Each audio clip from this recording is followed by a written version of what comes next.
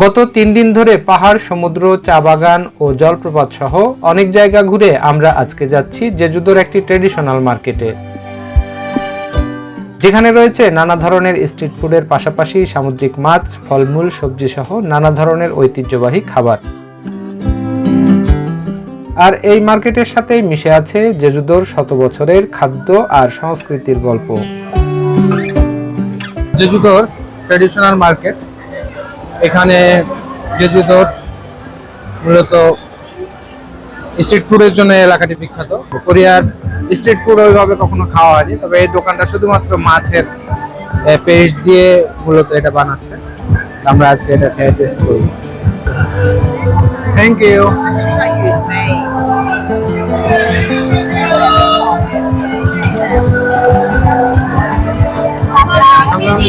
হ্যাঁ,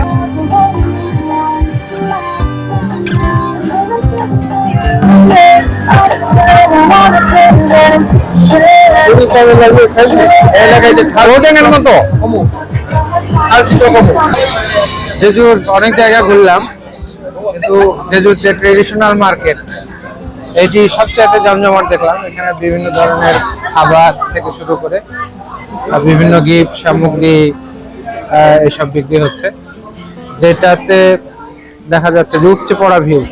কোরিয়ানরা তো বটেই, বিদেশিরাও বিভিন্নভাবে এসব সামগ্রী কিনছে। এবং এখানকার ট্রেডিশন হচ্ছে যে যেসব সামগ্রী বিক্রি করছে এগুলো সামনে দিয়ে দিছে, খায়া দেখে তারপরে পছন্দ হইলে সেটা বিভিন্ন ধরনের আমাদের দেশের যে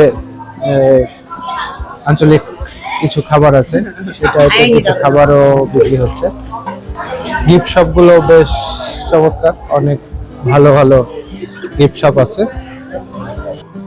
বাজারের মুখে ঢুকতেই প্রাণচাঞ্চল্য দেখে মনে পড়ে গেল আমাদের দেশীয় হাট বাজারের কথা। হাজারো মানুষের আনাগোনায় মুখরিত এই ট্রেডিশনাল মার্কেটটি। এছাড়াও এই মার্কেটকে ঘিরে ফুটে উঠেছে জেজুদোর মানুষের দৈনন্দিন জীবনের জীবন্ত প্রতিচ্ছবি। এপাশ ওপাশে নজর বুলালেই বোঝা যায় জেজুদোর মানুষের সাথে সমুদ্রের সম্পর্ক কতটা গভীর। এখানে এসে মনে হলো জেজুদো শুধু প্রকৃতির দিক থেকেই সুন্দর নয়, এখানে আরেক ধরনের সৌন্দর্য লুকিয়ে আছে এখানকার মানুষের জীবনযাপন আর ঐতিহ্যের মধ্যে। এখানে যেসব মাছের ধরন আছে এগুলো কিন্তু সরাসরি খাওয়া যায়। জাহাঙ্গীর শাওলার কথা বলছিলেন না?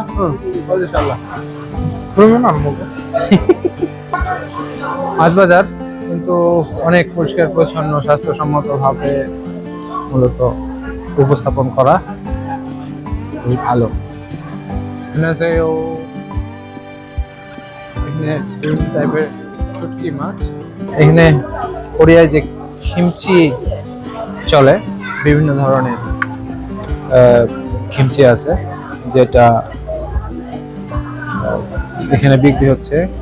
এই ড্রাই মাছ এগুলো বিভিন্নভাবে প্রসেস করা, এগুলো কিন্তু সরাসরি খাওয়া যায়।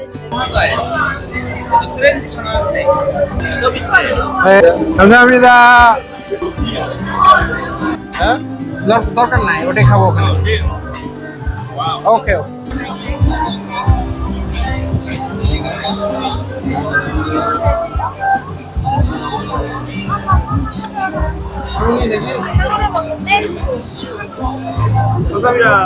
সরাসরি জুস বানিয়ে দিচ্ছে কমলার ভিতরে, আবার কমলার ভিতরে এক্সট্রা রসও ঢেলে দিচ্ছে। বন্ধুরা, কোরিয়ার ট্রেডিশনাল ফুড মার্কেট এবং গিফট মার্কেট এই দুইটা ঘুরলাম, বেশ ভালোই লাগলো এবং বেশ জমজমাট। বন্ধুরা, আজকের মতো বিদায় নিচ্ছি জেজুদো থেকে। কালকেই সকাল সকাল বিদায় নিব, আবার দেখা হবে নতুন কোনো বিষয় নিয়ে, নতুন কোনো জায়গায়। সে পর্যন্ত সবাই ভালো থাকুন, সুস্থ থাকুন। ভিডিওটি ভালো লাগলে লাইক, কমেন্ট, শেয়ার করে অন্যকে দেখার সুযোগ করে দিন। আবার দেখা হবে। আল্লাহ হাফেজ।